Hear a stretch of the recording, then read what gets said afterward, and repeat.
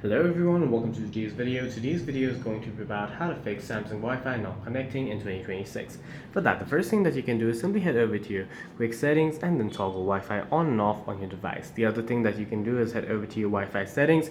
Once you're here, simply tap on details and then tap on the gear icon right next to your Wi-Fi. From here, you can simply hit forget and try reconnecting to the Wi-Fi.